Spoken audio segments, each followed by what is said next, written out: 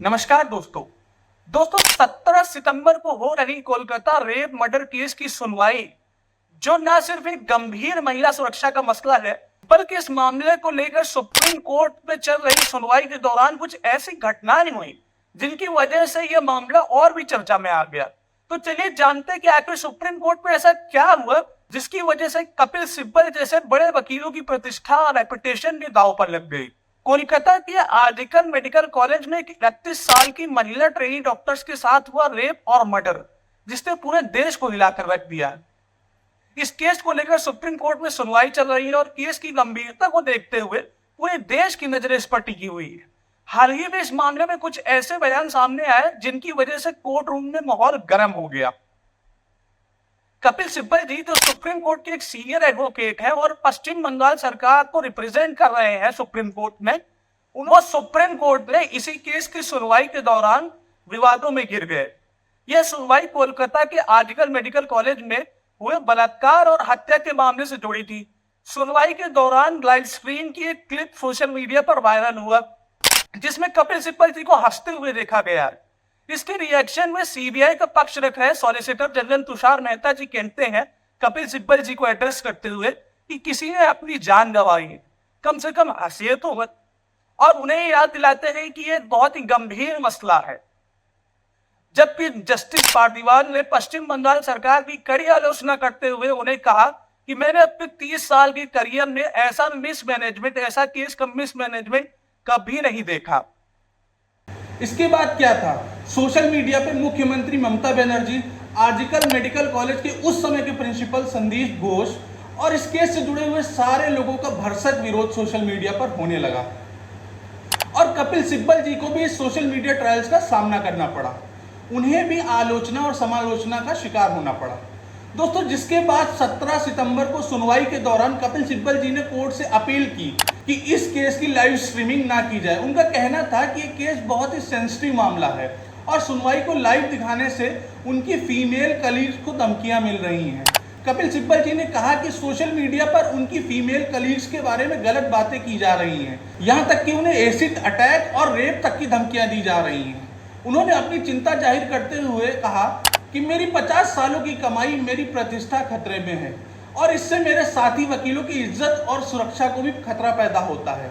आगे कहते हैं कि जैसे ही कोर्ट कोई टिप्पणी करती है, उनकी छवि सोशल मीडिया में धूमिल हो जाती है। इसका जवाब देते हुए chief justice of India DY Chandrachud ji Kapil Sibal ji की इस रिक्वेस्ट को जो है वो नामंजूर कर देते हैं, रिजेक्ट कर देते हैं और कहते हैं कि लाइव स्ट्रीम जनता के हित में है। कोर्ट को किसी भी तरीके से बंद दरवाजों के पीछे काम नहीं करना चाहिए। दोस्तों, अक्सर हमने ऐसा देखा है कि जब भी कोई जघन्य अपराध हो जाता है तो लोग कोर्ट में आरोपी के पक्ष में खड़े वकीलों को आरोपी के साथ पार्टी मान लेते हैं, यानी आरोपी को सपोर्ट करने वाला आदमी मान लेते हैं, जबकि ऐसा बिल्कुल भी नहीं होता है। दोस्तों, जैसे 2012 में दिल्ली में हुए निर्भया कांड में कोर्ट में आरोपी का पक्ष रखने वाले वकील AP सिंह भी मीडिया ट्रायल्स का शिकार हो गए थे। ये आर्टिकल देखिए दोस्तों।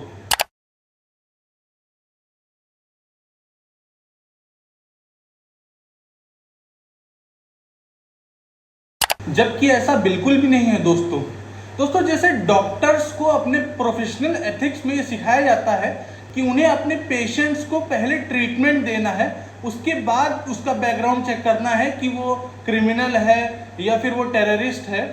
ठीक वैसे ही दोस्तों, वकीलों को भी अपने केस को पूरी एफिशिएंसी लगाकर कोर्ट में लड़ना सिखाया जाता है। दोस्तों, बार काउंसिल ऑफ इंडिया की गाइडलाइन के मुताबिक एक एडवोकेट की ड्यूटी होती है कि वो पहले अपने क्लाइंट का इंटरेस्ट देखे, उसके बाद उसका बैकग्राउंड देखे कि वो क्रिमिनल है या विक्टिम है या टेररिस्ट है। दोस्तों, बार काउंसिल ऑफ इंडिया की एक गाइडलाइन है जिसमें कहा गया है कि it shall be a duty of an advocate that fearlessly to uphold the interest of his client by all fair and honorable means. An advocate shall do so without regard to any unpleasant consequences to himself or any other. He shall defend a person accused of a crime regardless of his personal opinion as to the guilty of the accused. दोस्तों, एक advocate को court में appear होते समय अपने client का interest देखना चाहिए, ना कि वो अपराधी है या बेगुनाह। दोस्तों, जब सुप्रीम कोर्ट के senior lawyer late Shri Ram Jethmalani ji से एक टीवी शो में आपकी अदालत के टीवी एंकर ने रजत शर्मा ने पूछा कि आप मशहूर चारा घोटाले में लालू यादव जी का पक्ष रख रहे थे। पहले आप लालू यादव के लिए खड़े थे सुप्रीम कोर्ट में, आपने उनको बचाया। क्यों नहीं?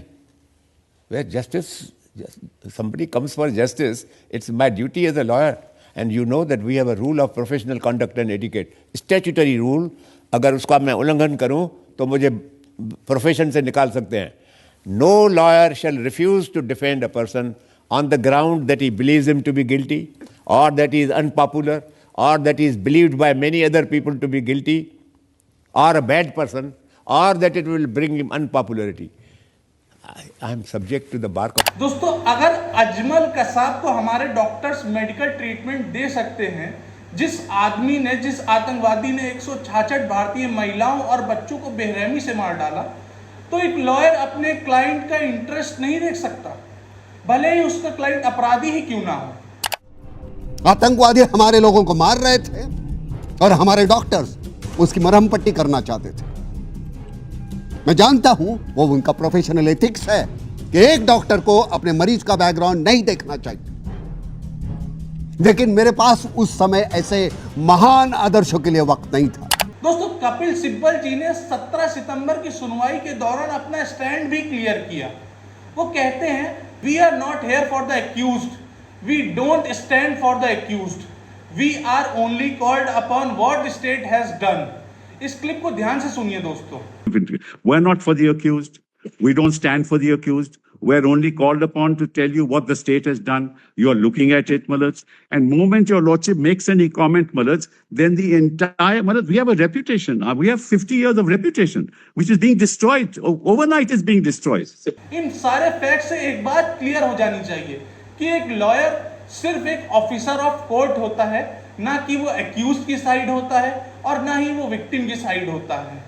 इसलिए दोस्तों, इन दिनों सोशल मीडिया ट्रायल्स को देखकर किसी भी एडवोकेट के लिए आप दुर्भावना ना पैदा करें। ये वीडियो अगर आपको अच्छी लगी हो तो लाइक करें, सब्सक्राइब करें और इस वीडियो को आगे शेयर भी करें। नमस्कार दोस्तों।